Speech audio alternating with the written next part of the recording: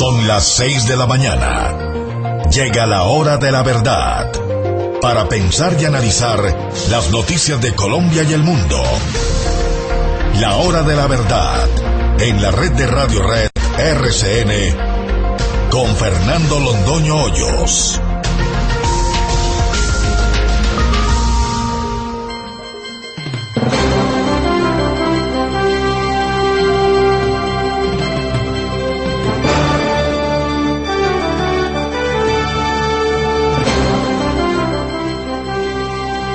Las 6 de la mañana de este viernes 8 de julio de 2016, esta es la hora de la verdad. Y estos temas y asuntos que trataremos en la grata compañía de ustedes durante las próximas horas. Hay una situación de emergencia en los Estados Unidos por un hecho insólito. No había ocurrido jamás. 4 hombres armados con fusiles arremeten contra la policía en Dallas. Hay 5 policías muertos y 7 al parecer gravemente heridos. Esto no tiene antecedentes. Más adelante nos hablará de este tema insólito y de sus repercusiones en la política de los Estados Unidos. Obama, como siempre, promete justicia. Hasta ahí llega.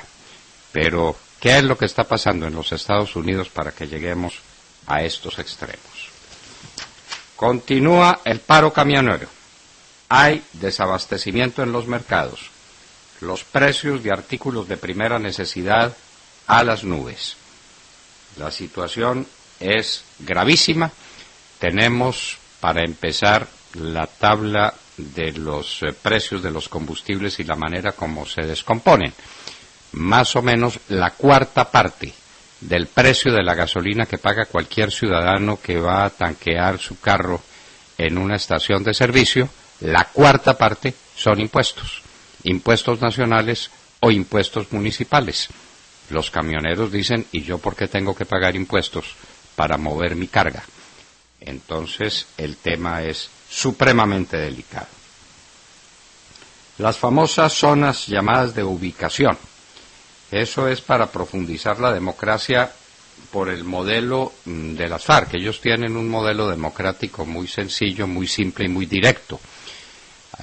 Manda el cabecilla, y el que proteste o el que simplemente muestre que puede protestar es inmediatamente fusilado.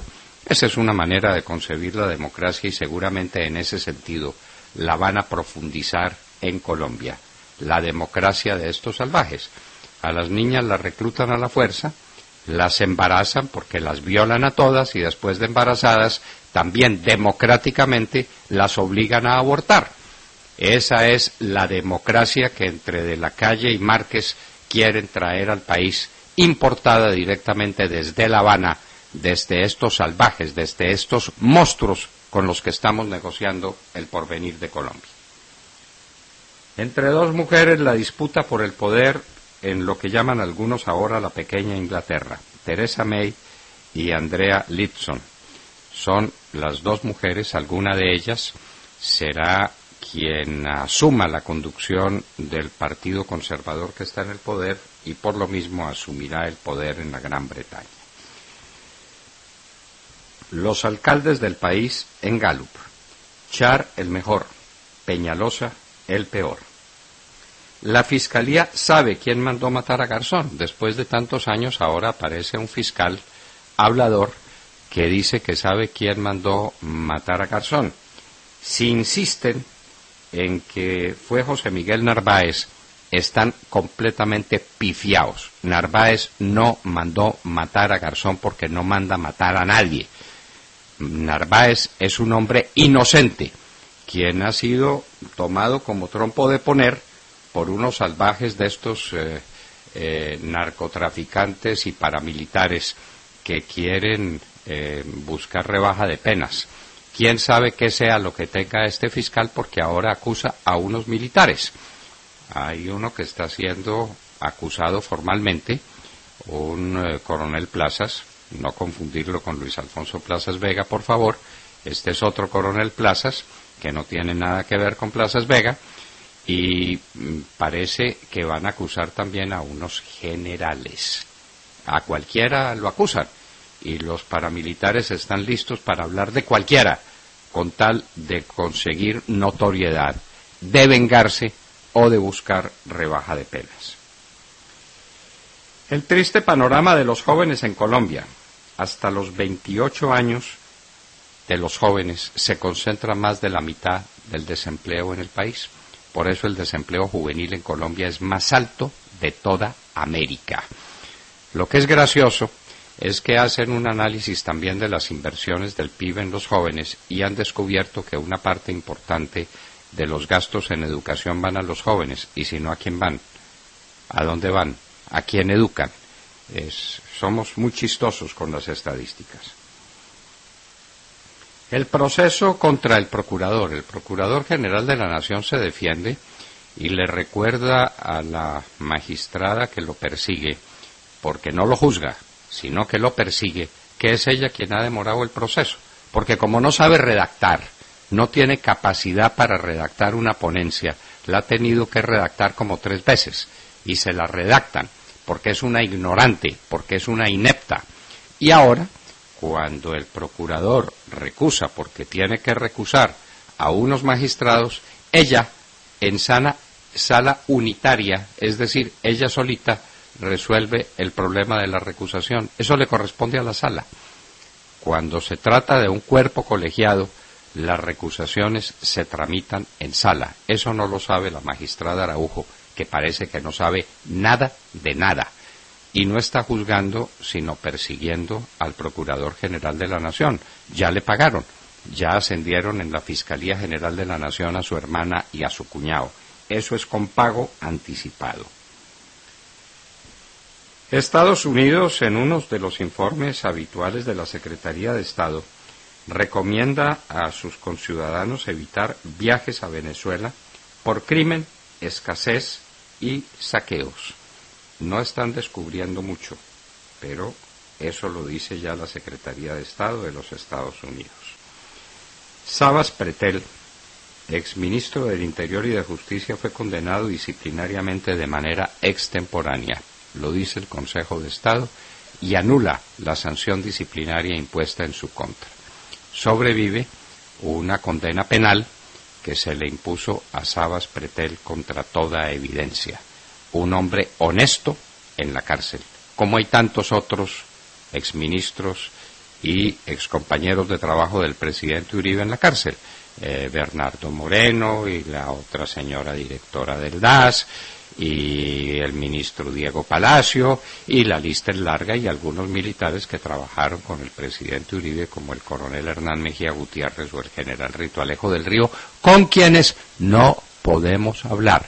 Hay una censura impuesta por el mando militar contra estos militares. Dicen que en Colombia no hay censura, para los militares sí, para los militares sí.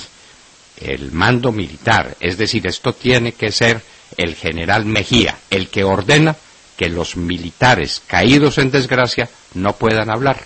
Los que pueden hablar son los bandidos, los asesinos, los criminales de las FARC. Esos hablan todos los días. Nuestros héroes, nuestros militares, a guardar silencio. Las cuentas de los cultivos ilícitos de la ONU. La ONU siempre está atrasada y da una cuenta muy inferior a la realidad. La ONU, el famoso sistema SIMSI, lo sacan de cualquier parte y medirán las hectáreas, no sabemos cómo. Siempre es muy inferior a lo que dice la Secretaría de Estado, que hace la medición con imágenes satelitales, que esas no fallan. Lo importante es que en el último año los cultivos han crecido 40%, 39%, que es más o menos la cifra de crecimiento que dio la Secretaría de Estado. Entonces dice que en este momento hay 96.000 hectáreas sembradas. La última medición de la Secretaría de Estado a diciembre del año pasado es de 150.000 hectáreas. Vamos a ver cuál es la nueva medición de la Secretaría de Estado, que es la de verdad verdadera. Reabren investigación interna contra Hillary Clinton por uso de su correo personal en asuntos secretos del Estado. El fallo penal, un fallo penal vergonzoso que se dictó después de que Bill Clinton, el marido de Hillary, se reunió con la secretaria de Justicia de los Estados Unidos en un vuelo en avión, del que no hablaron una palabra del juicio a Hillary, se fueron hablando de los nietos, según dice Bill Clinton, porque desde luego en los Estados Unidos también los magnates, los jefes políticos consideran que el pueblo es imbécil. Y entonces que Bill Clinton, con la secretaria de Justicia, que tenía la dirección del proceso penal contra su señora, no le habló una sola palabra del tema.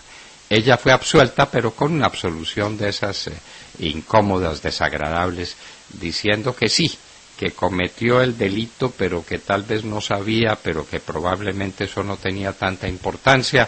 En fin, absuelta pero condenada. Terrorismo en Taiwán, 25 heridos por una bomba, 30 muertos por ISIS en mezquita chiita de Bagdad. Qué dolor tener que dar todos los días estas noticias de muertos y de terrorismo por todas partes. En Colombia, volvemos, el frente que se le reveló a las FARC, como se le van a revelar muchos, el frente de las FARC que se le revela a los barrigones que están en La Habana hablando de profundización de la democracia y que dice que ellos no se entregan, lo dicen con toda claridad. Es que el negocio de la droga nos da más y no nos vamos a desmovilizar para que nos paguen menos. Así de sencillo.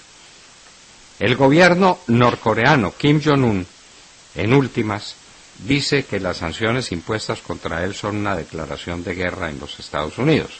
Desde luego, pues, que esto son palabras, pero no se les olvide que ese tiranuelo tiene bomba atómica.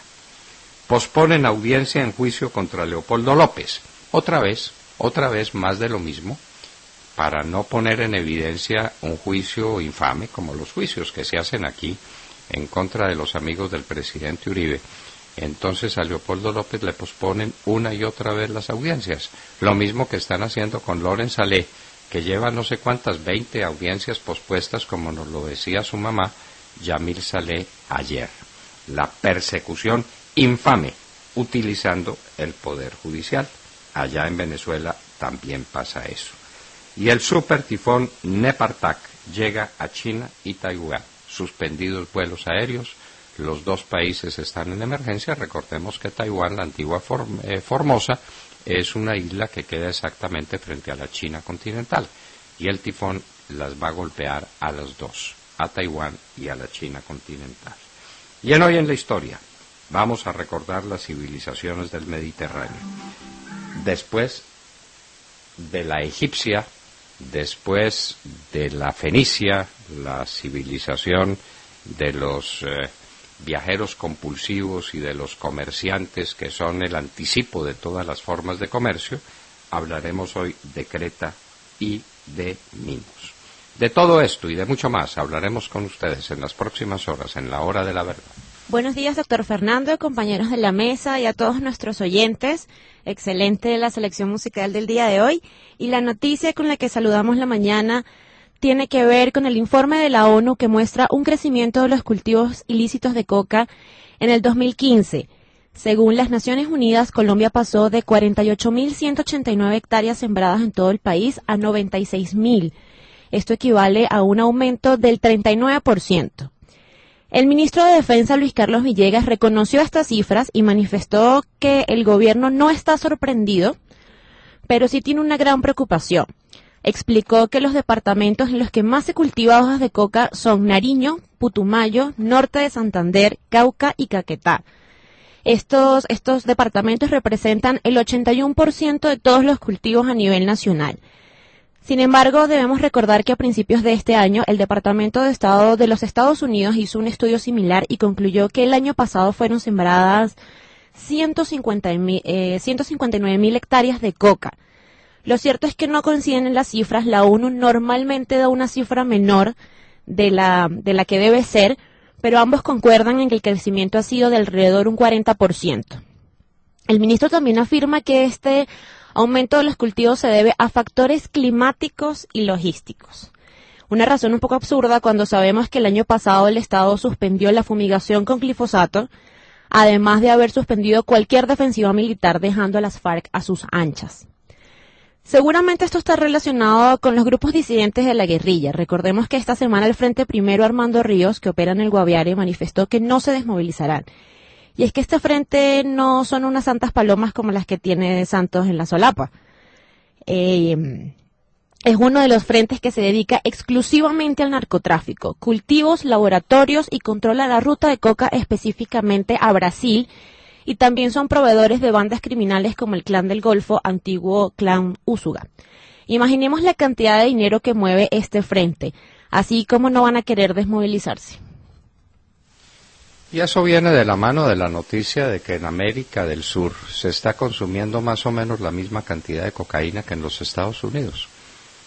Entonces el narcotráfico es un problema continental. Empezó como un problema localizado de Colombia. Pablo Escobar mandaba y los Rodríguez Orejuela, que en la cárcel descansen, se dedicaban a mandar cocaína producida en Bolivia y en Perú a los Estados Unidos. Después la sembraron en Colombia, en la época de Ernesto Samper, que abrió las esclusas para toda esta tragedia nacional, y se dedicaron a exportar cocaína colombiana.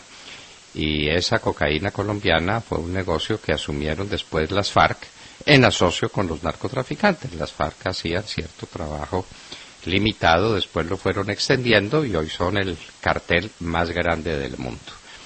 De modo que esta es la situación. El Departamento de Estado siempre da, porque lo toma con figuras satelitales, cuentas satelitales y videos que no dejan mentir. Es una cosa mucho más confiable que el CIMSI de las Naciones Unidas, que pues como siempre no saben dónde están paradas, muy atrás de lo que muestra la Secretaría de Estado. Y eso no es un problema climático. No sea ridículo, ministro, no haga el ridículo, es que usted da pesar en las cosas que dice. Esto no es un problema climático, es que ustedes se dedicaron a promover el cultivo de coca en Colombia. Cuando eliminan los bombardeos, eliminan las fumigaciones, eliminan la extradición, ¿qué es lo que están diciendo? Y la extinción de dominio, ¿qué es lo que están diciendo? Siembren coca, ese es el negocio. Entonces las FARC siembran coca, se enriquecen fabulosamente. ¿Y cuándo van a dejar el negocio? Nunca, nunca, porque es el mejor negocio del mundo. William Calderón. Doctor Londoño, buenos días Colombia, gracias por invitarnos a sus hogares y a sus vehículos. Hoy es viernes 8 de julio del año 16. Son las 6:22 de la mañana. No obstante, los anticipos mermelados a la magistrada Rocío Araujo, empleada por el gobierno bolivariano del camarada Santiago, para sacar del juego al valiente procurador Alejandro Ordóñez, mediante importantes ascensos burocráticos en la Fiscalía General de la Nación, consistentes en halagos a su hermana Olga Araujo e Iván Garavito, en una fiscalía seccional, con el fin de darle gusto a los deseos del criminal Timochenko, quien se alió con el presidente de las FARC mediante presiones burocráticas, quienes buscan dejar limpio el camino para que el sátrapa imponga el modelo castrochavista en Colombia. Según el jefe del Ministerio Público, estos señores se encuentran herniados, buscando su salida. La magistrada de Marras, vía copy-paste, recibe instrucciones de los encargados de reproducir las instrucciones que les llegan de La Habana, y la señora Garavito copia mal un farragoso documento en donde no lo juzga, lo persigue, como lo dijo el doctor Londoño al inicio de esta emisión. El documento de 250 páginas, presuntamente hecho por ella, como lo dijimos, a tres manos, pues lo único que buscan es la cabeza de quien se ha convertido en la piedra en el zapato del narcoterrorismo, aliado al presidente marioneta del castrochavismo, sin lograr sus oscuros fines. Persiguen limpiar el camino y abrirle paso al foro de Sao Paulo. Doctor Londoño, la persecución continúa y el procurador sigue ahí. Persecución continúa y van a construir un mártir y un candidato a la presidencia de la República. Eso es lo que van a lograr con esta persecución absurda e infame. porque si Ordóñez Maldonado no podía ser reelegido, ¿por qué fue reelegido y actuó reelegido 4 años Maya Villazón? Así es. ¿Eso quién lo entiende? Pues no lo entiende nadie. ¿Y quién lo denunció? Lo denunció el doctor Uprimni cuando no lo contrataron como lo venía contratando Maya Villazón. De manera que todo era bien cuando lo contrataba a él Maya Villazón. Cuando no lo contrató Ordóñez, entonces todo iba mal. Y consiguieron en el Consejo de Estado inclusive amigos, compañeros de la entidad, de la persona jurídica, supuestamente con finalidades puramente jurídicas y benéficas que dirige Uprimni. Esa es una persecución política contra Ordóñez, a quien hay que silenciar a toda costa. Y nos vamos para los Estados Unidos, porque la situación es gravísima y los acontecimientos de los Estados Unidos son los más graves ocurridos en muchísimo tiempo. Cristina Londoño, muy buenos días. Papi, muy buenos días a todos desde un país estremecido por la violencia, un país que amanece de luto y que trata de buscar respuestas a lo ocurrido anoche y a lo que ha ocurrido toda esta madrugada. Todo esto por lo que pasó en Dallas, en donde un total de 11 agentes de la ley fueron baleados. Tenemos por el momento 5 policías muertos. Los otros están en el hospital, no se saben sus estados, algunos podrían estar críticos.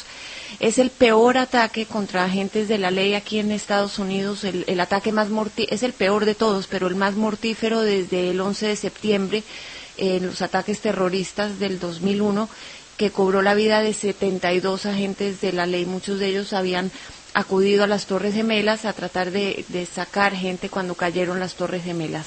Pero este fue un ataque totalmente dirigido, están diciendo agentes de la ley. El jefe de la policía de Dallas, David Brown, dicen que no tienen certeza de cuántos hombres habrían participado en estos ataques planeados, pero que ya tienen a 3 detenidos. Otro hombre, otro sujeto, murió en un intercambio de balazos con la policía.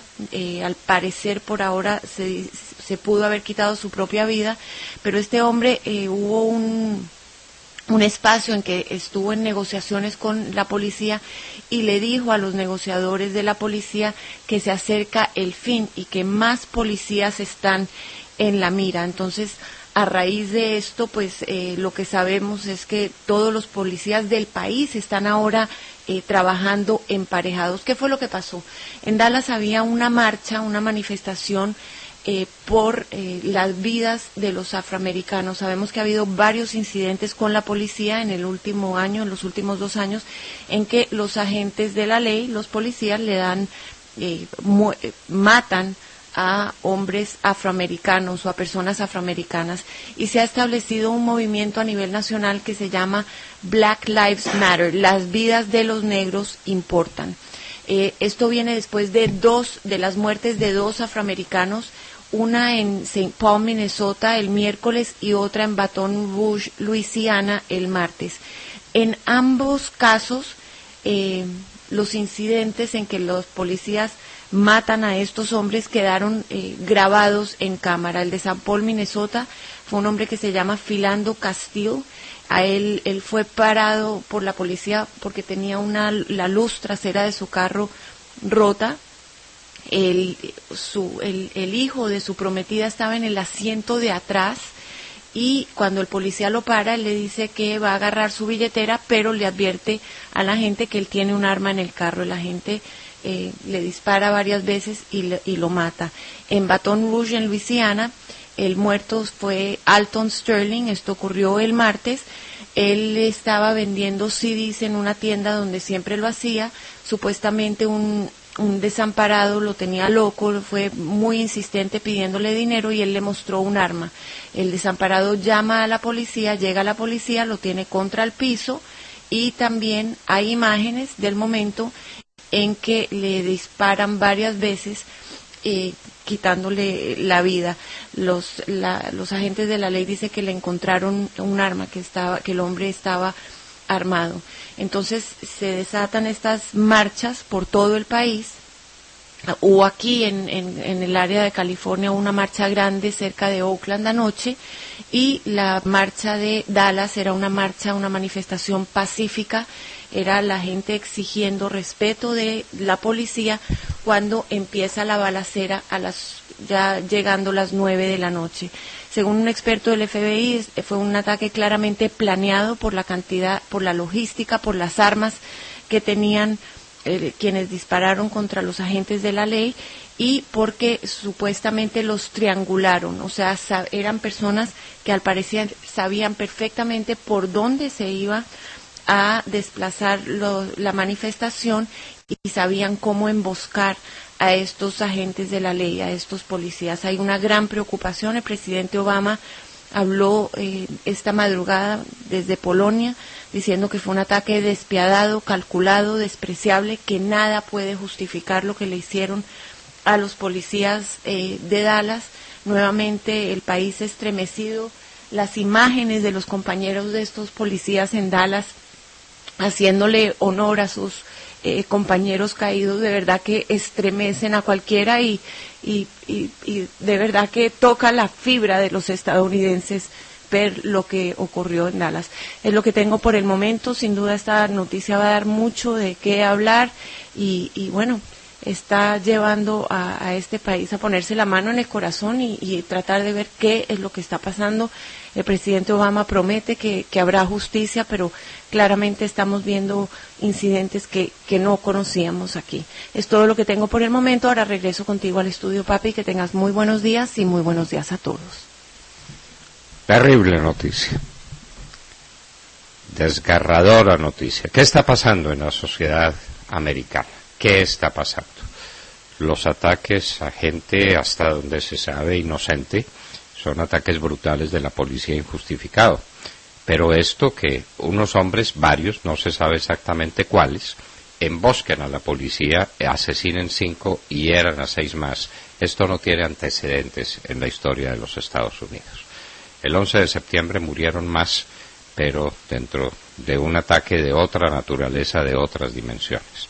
Este ataque contra la policía tiene toda la opinión pública americana atónita, con unas respuestas del presidente Obama, pues que las da cualquiera, diciendo que esto es despreciable e injustificable, pues lo sabemos, y de ahí que se sigue, que se hará justicia.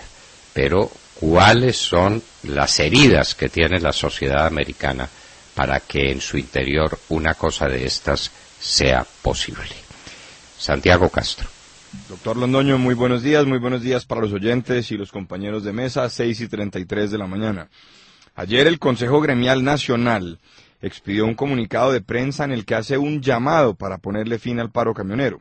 Valora el Consejo Gremial Nacional la expedición del decreto 2092, que en su momento eliminó el esquema de la llamada tabla de fletes y estableció un mecanismo de libertad vigilada para el transporte de carga por carretera.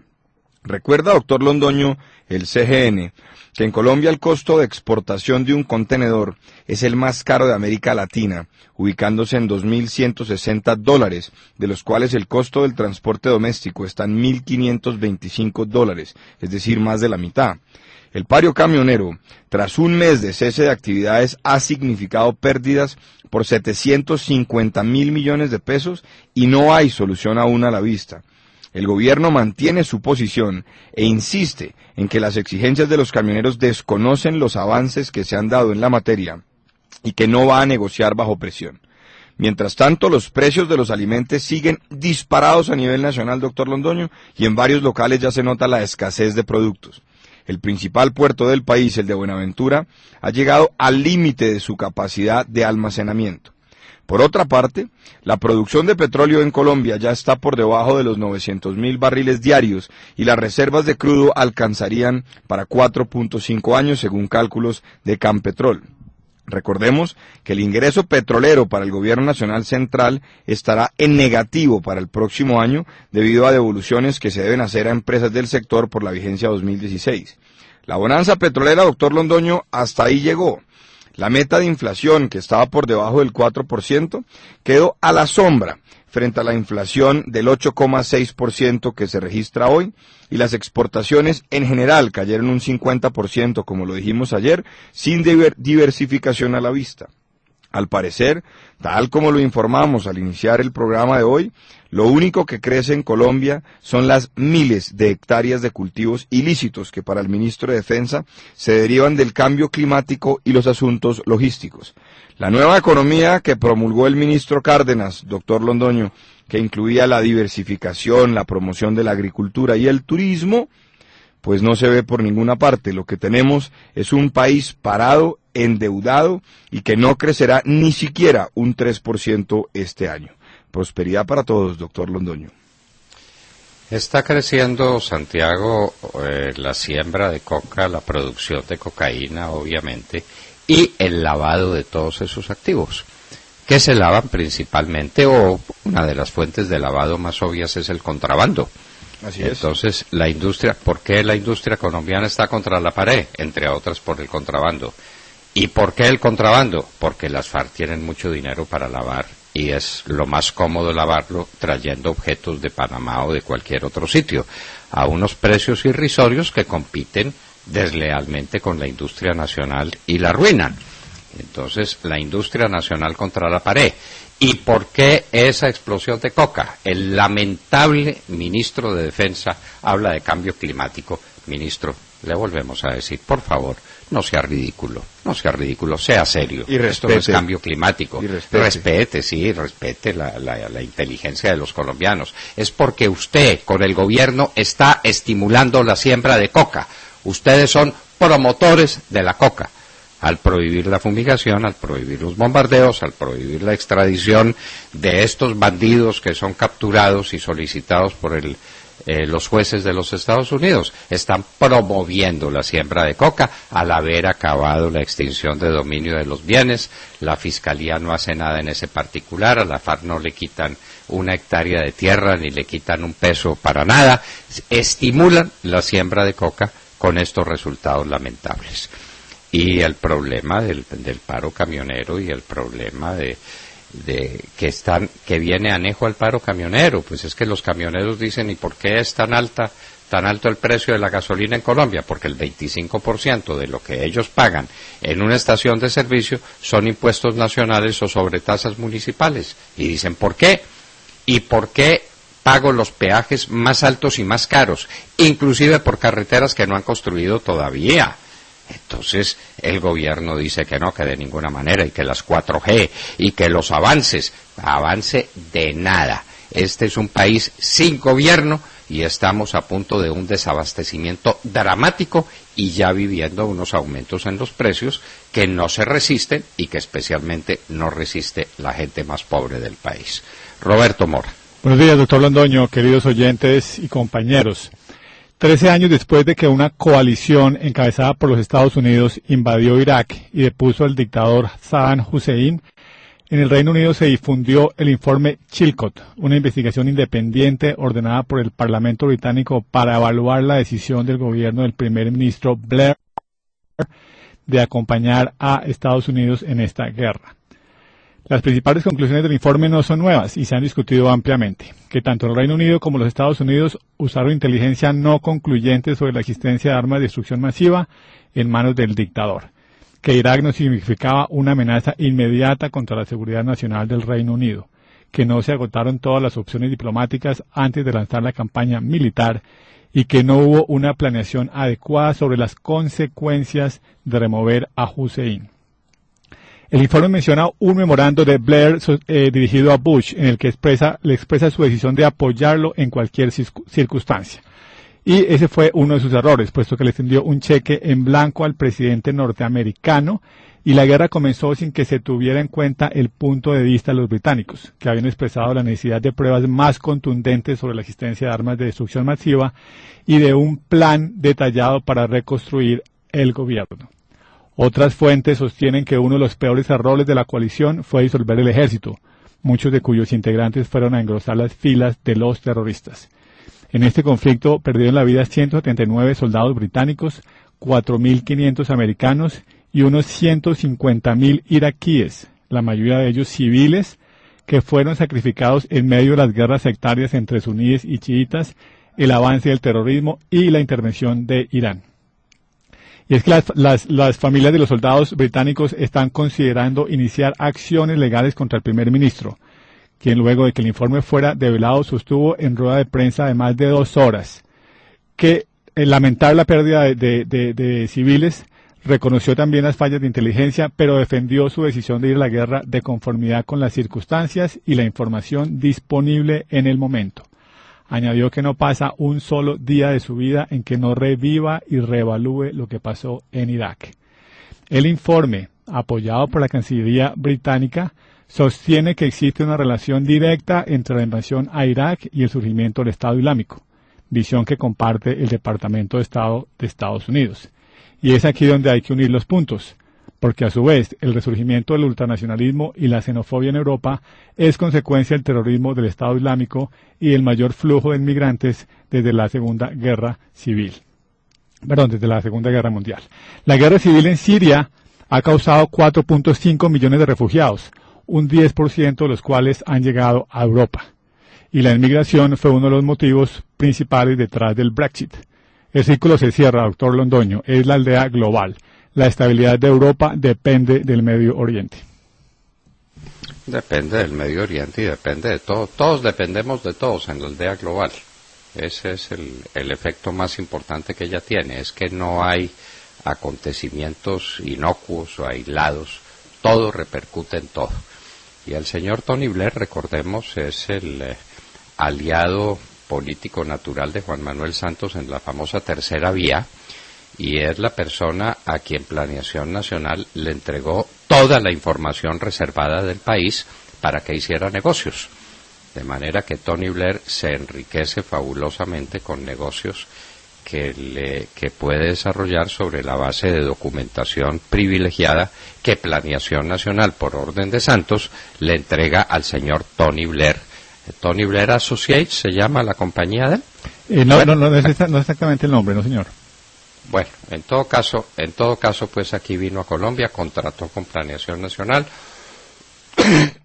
y está por explicarnos, está pendiente de explicación por parte de él y por parte de Santos cómo son los negocios que tienen entre los dos.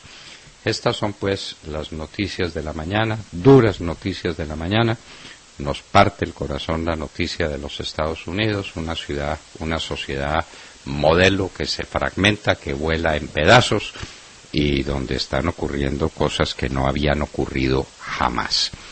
Estas son las noticias iniciales y en un momento estaremos con un representante a la Cámara por el Centro Democrático Generación del 14. Samuel Hoyos estará con nosotros en un minuto. Recuerden ustedes que saludamos la mañana con una deliciosa taza de Baco Café Express que tomamos todos los días aquí en La Hora de la Verdad.